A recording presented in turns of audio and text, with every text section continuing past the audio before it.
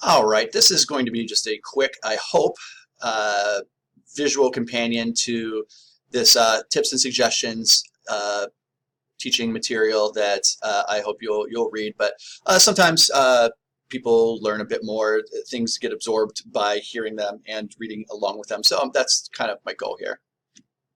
So a lot of the methodologies that I endorse in terms of primary research gathering and desegregating comes from what's called naturalistic inquiry. Lincoln and Guba. Do I have the book nearby? Hold on a second. Let's see. I know I do. Where is it? So Lincoln and Guba, they are pretty famous in the naturalistic inquiry field. Trust me, I'm coming back, I promise. Let's see. Yes, Naturalistic Inquiry, done with the 1985 fool you.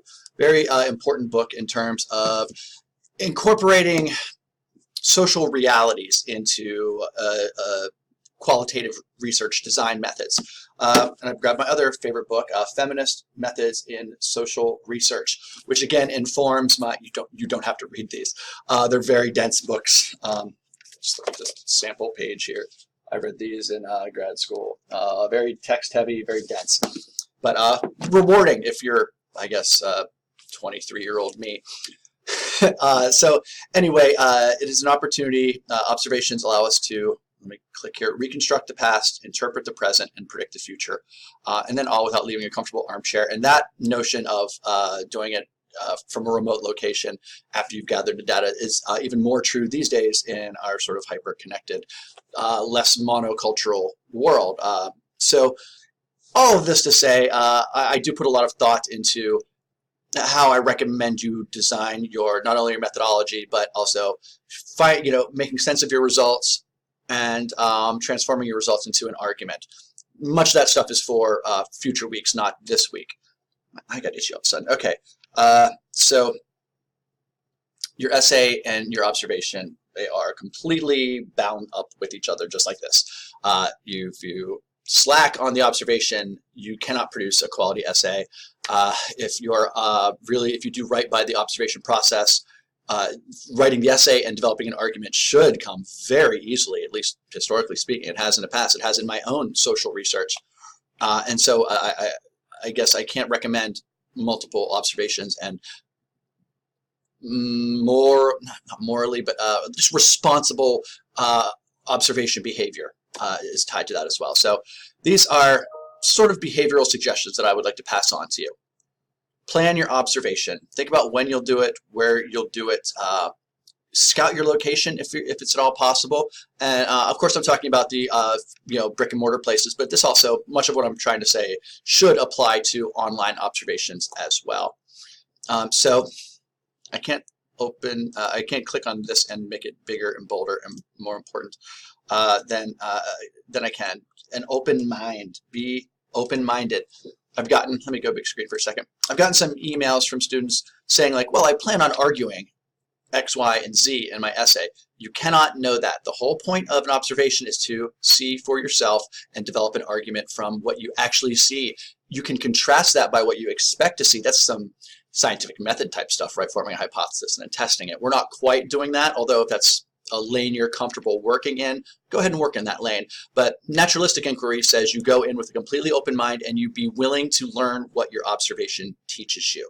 Not what you expect to learn, not what you hope to learn, not reinforcing ideas you already believe, but seeing for yourself, learning from what you've seen, and transforming those observation materials into an argument that other people, especially other readers, can agree with.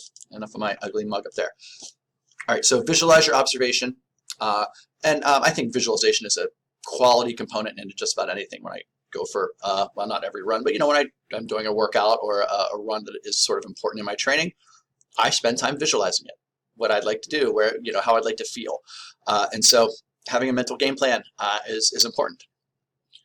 Okay, this is an important one that not all students get to. Stay out of the way. I will get the odd essay where someone will go up to a person they observe and say, why did you do that? That is not the point of this assignment. you are, as much as you're able, you want to stay out of your own observation. Of course, you're going to be a component of it because the very act of observing something changes the nature of that thing. Not to get all hippy-dippy on you, but it's true. But you want to stay out of the way as much as you can, and you want to treat your role as researcher as very hands-off. There is a school of thought that's called participant observation that you might want to get into a little bit in future assignments, but in terms of this first observation essay, stay out as much as you can.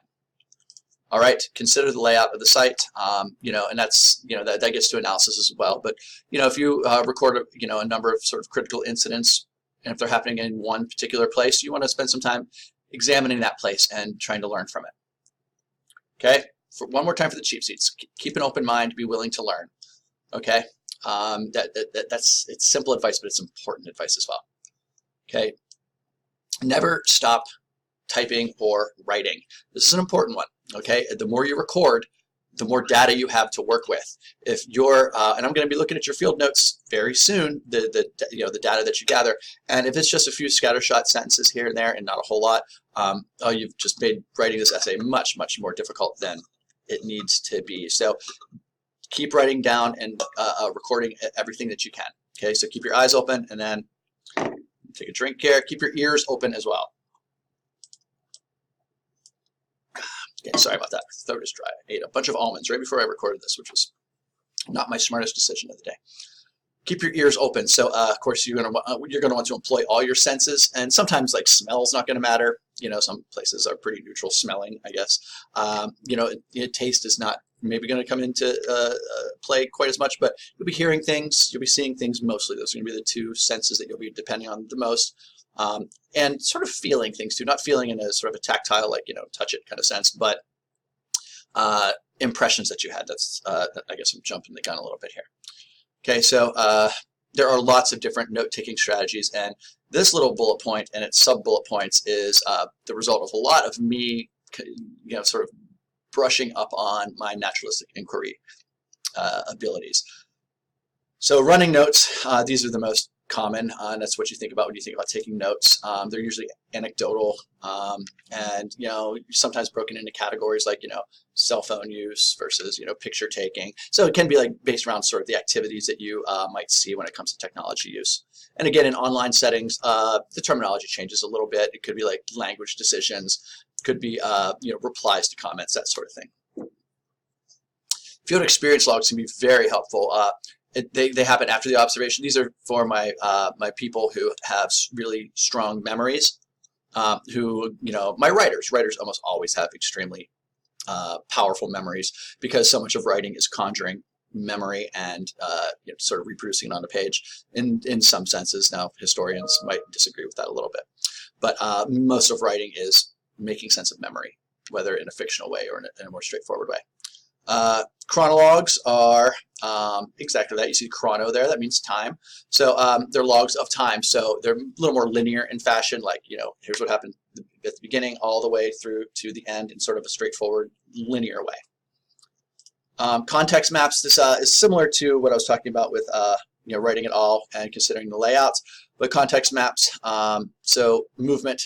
You think about like a restaurant, people, maybe like a Chipotle, going from waiting in line to ordering to, paying to, waiting for your food to getting condiments and napkins to finding a seat, right? There are different sort of stations of the cross, so to speak, in a place like that. So if there is a way that the people you're observing are moving from place to place, and this happens online as well, if there's a way for you to consider the different beats involved, writing out a context map can be very, very useful.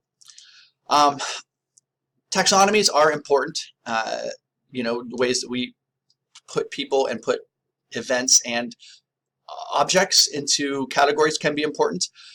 This gets into, I feel weird talking about taxonomies too much because that feels like a step towards like stereotyping. So if you take a certain type of person, whether it's a certain gender identity or racial identity, or any other way that we put people in boxes, when you do that,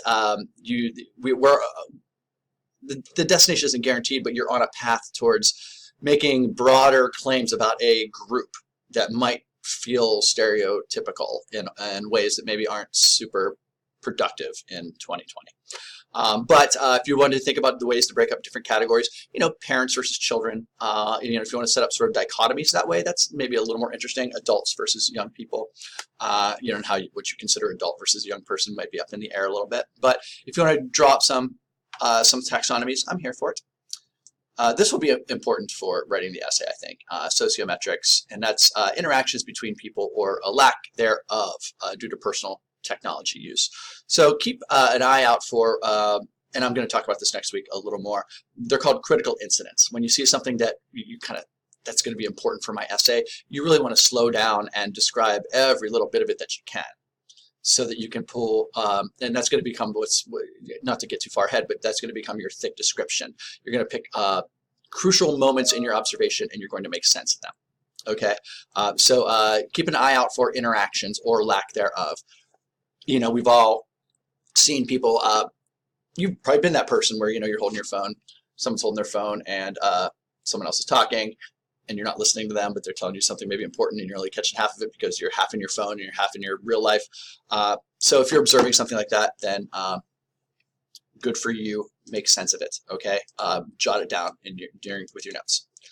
All right, up to you with your own tech. Screenshots, screencasts of online observations is fine. If you could take a few pictures that help capture, help readers understand like your observation sites without being intrusive or sort of socially irresponsible, please do it. The most important suggestion I'm going to make out of this section here is planning your next one. Hopefully you'll be able to make several observations. I've had semesters where the weather's been terrible and no one can make their observations because they can't get out of their houses. That doesn't appear to be the case this semester. We're having a pretty warm winter so far, knock wood. I guess not really, because that means the world is on fire, but whatever. But as you end your first observation, plan your second one. Give little notes to yourself. Give yourself a place to start the next time you observe. I do that in my own writing all the time. When I know I'm stopping a chunk of writing for the day, the last thing I write is like where to pick up from here, like a Dear Steve kind of thing. So plan your next observation. That's really helpful. For writing the essay effectively, I guess I can say this just very quickly. Your essay is not the story of your observation. Go big screen one more time. Your essay is not to be the story of your observation. Oh, I went at 10 o'clock on a Saturday and I saw X, Y, and Z, and that's what I saw at the end. That paper doesn't pass. I don't want to not pass papers, so please don't give me an excuse to. All right, so you will provide some context, but you definitely going to have more to say about argumentative purpose and organization and support mechanisms. I'll have a lot more to say about that once you actually conduct your observations. This video is meant to help give you some preparatory materials for going to your site, whether it's online or brick and mortar, and doing best by the expectations and the etiquette of naturalistic inquiry or sort of socially motivated qualitative research. So with all those big dumb words, I think I'll end now. I want your emails. I want to hear from you. I want your questions. I'm always an email away or a text from Remind away. I can visit your classroom. I can FaceTime or video conference with you through Blackboard Connect. I want you to have this class in your life. That way I can help you succeed. All right, be well.